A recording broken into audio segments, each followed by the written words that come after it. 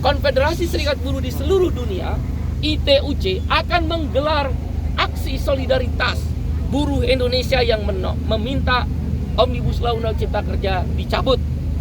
Mereka akan mengorganisir aksi-aksi terbatas atau mengirim surat resmi ke KBRI di seluruh Indonesia.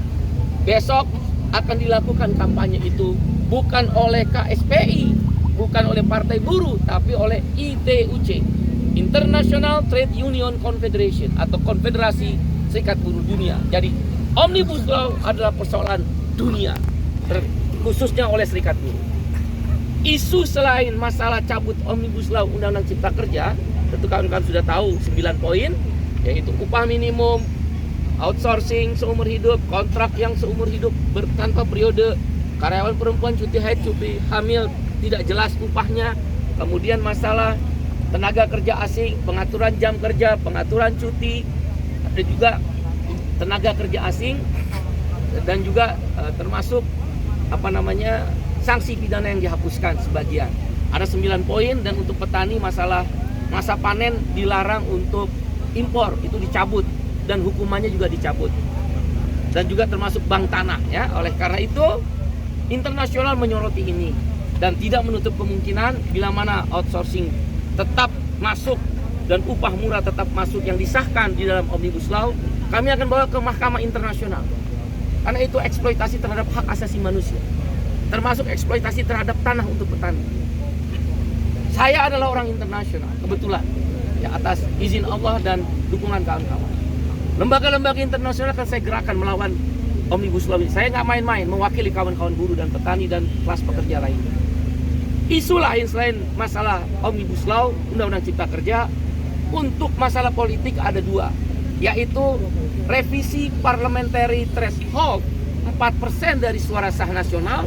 Partai Buruh meminta nanti 15 Juni kita masukkan gugatan judicial review ke MK, meminta MK memaknai 4% itu juga adalah dari jumlah total kursi di DPR RI, 580 kursi. Berarti kalau 4%-nya 24 kursi. 4% dari suara sah nasional kalau menggunakan DCS sekarang, maka setiap partai harus lolos 6,8 juta suara. Simulasi Partai Buruh pada 30 kursi dapat di 16 provinsi. 30 dapil dari total 84 dapil hanya 4,57 juta. 30 kursi hilang hanya karena tidak mencapai 6,8 juta suara. Ini demokrasi terpimpin. Pembegalan demokrasi. Demokrasi sudah dibajak. Dan ditutup dengan demokrasi dibajak dan terpimpin itu, kami juga akan menggugat presidensial threshold 20%. Tanggal 10 Juni, Al-Ghif, mantan direktur LBH, dan Ferry Amsari, salah satu ahli tata negara, menjadi kuasa hukum Partai Buruh. Jadi hanya Partai Buruh yang akan melakukan judicial review parliamentary threshold 4% direvisi, dan juga presidensial threshold 20%. Kita disajikan oleh capres yang belum tentu kita suka. Timur jumlah pemilihnya kurang lebih, kalau saya salah tolong dikoreksi, 60 juta orang. Tapi calon Perdana Menterinya 17 orang. Indonesia 205 daftar calon sementara, jumlah orangnya capresnya hanya 3. Sangat tidak adil. Amerika saja ada istilah calon presiden independen di luar partai besar Demokrat dan Partai Republik. Macron di Prancis, dia partai abal-abal, baru berdiri partai kecil seperti Partai Buruh. Tapi Macron maju dari partai kecil itu, menang. Kemudian ikut pemilu legislatif, partainya Macron menang di Prancis. Ada apa dengan Indonesia? Ini demokrasi yang dibajak, pembegalan demokrasi, dan kekuatan uang. Memang perlu dipertimbangkan sistem pemilu terbuka itu, proporsional terbuka, di mana ada kekuatan uang, termasuk calon presiden, presidensial threshold 20%, parliamentary threshold 4%, adalah pintu masuk kekuatan uang menguasai demokrasi. Kami menyerukan pada seluruh rakyat Indonesia, khususnya kalangan kelas pekerja, buruh, petani, nelayan, miskin kota, miskin desa, tenaga honorer, guru dan tenaga honorer, perempuan yang termarginalkan, PRT, buruh migran, disabilitas, buruh informal, mama-mama pedagang sayur di Indonesia Timur, ibu jamu gendong, supir angkot, supir bis, ojek online, ojek pangkalan, dan juga pensiunan, anak-anak muda milenial generasi Z yang orang tuanya adalah kelas pekerja dan rakyat jelata. Bersatulah melawan oligarki daripada kepentingan partai politik yang hanya menyajikan 3 capres yang dimodali oleh kalangan pemodal.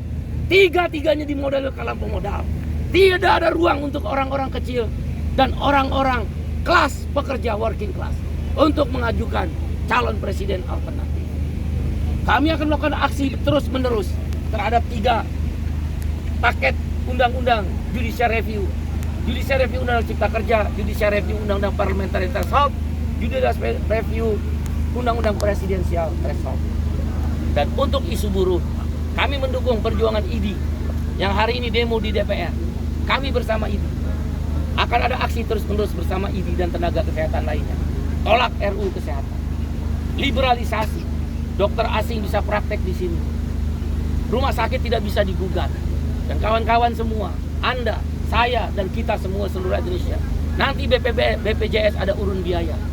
Misal katakan kita operasi jantung urun biaya, misal 100 juta, kita bayar 50 juta, rumah sakit bayar 50 juta. Dan rumah sakit tidak bisa dituntut dengan RUU kesehatan itu. Ini komersialisasi. Ada grup-grup pemilik rumah sakit ingin mengintervensi RUU kesehatan, menguasai BPJS.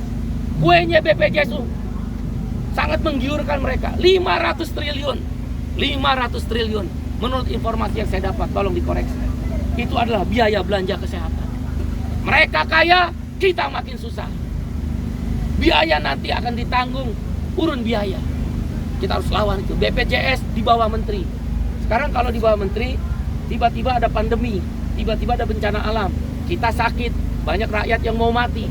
Apa menteri bisa kontingensi, menyiapkan uang? Hanya presiden yang boleh, maka BPJS harus tetap di bawah presiden. Kami juga minta sahkan RUU PPRT. Giliran yang uang urusan dia cepat, giliran rakyat nggak ada perlindungan.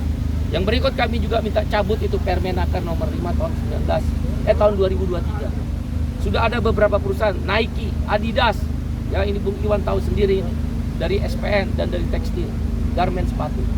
Sekelas Nike, Adidas minta, mereka tetap kaya kok. Kita kok dipotong 25%. Naik upah 4%. Potongan upah 25%. Hanya orang yang begini kebijakannya.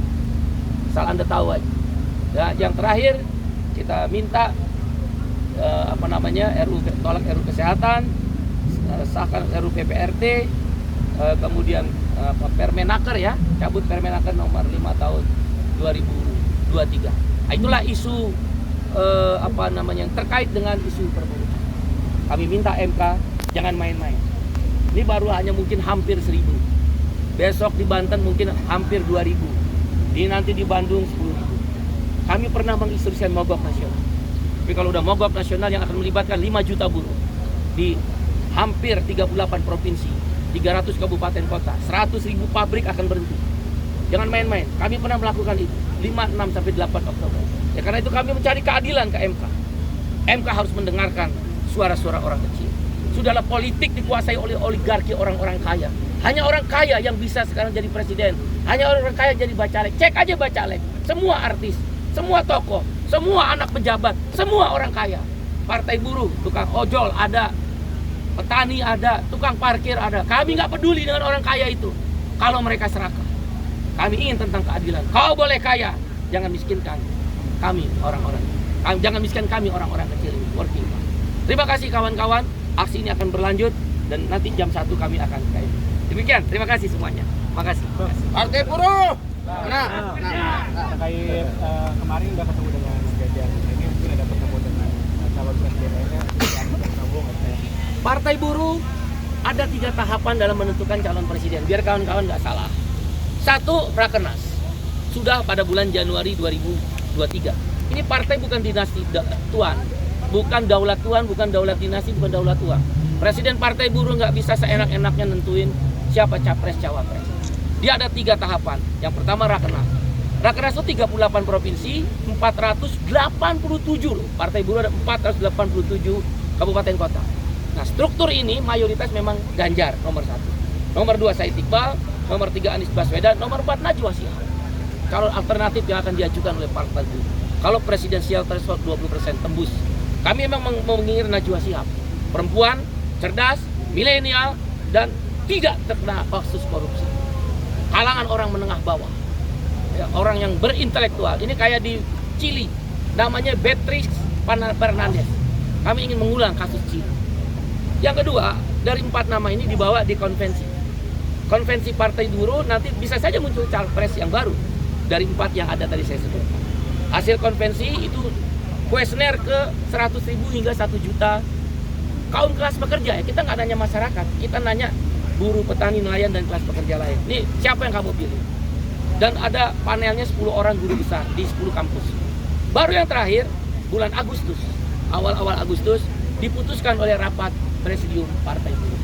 Jadi, tentang pertemuan dengan Pak Ganjar, apakah ada pertemuan dengan capres-capres lain, melihat situasi dan keadaan. Karena terkadang capres merasa karena ada cium tangan, ya kan, gara-gara cium tangan, yang lain merasa udah ada yang ditinggal. Ini masalah panik aja capres yang lain. Itu kita diskusi dengan Pak Ganjar tentang masalah Omnibus Law. Nggak ada yang lain. Waktu May Day itu, makanya saya kan nggak pakai baju resmi Partai Buruh. Tapi rupanya calon-calon presiden yang lain baperan. Mudah-mudahan nggak baperan, mereka mau diskusi sama kita tentukan. Demikian. Festival nanti Ya, karena merasa kenapa ke Pak Ganjar duluan, nggak ke yang lain. Mungkin. Jangan digoreng lagi, tapi kalau digoreng ya nggak apa-apa. Terima kasih juga. Oke ya, makasih semuanya ya. Makasih. Kita ke MK.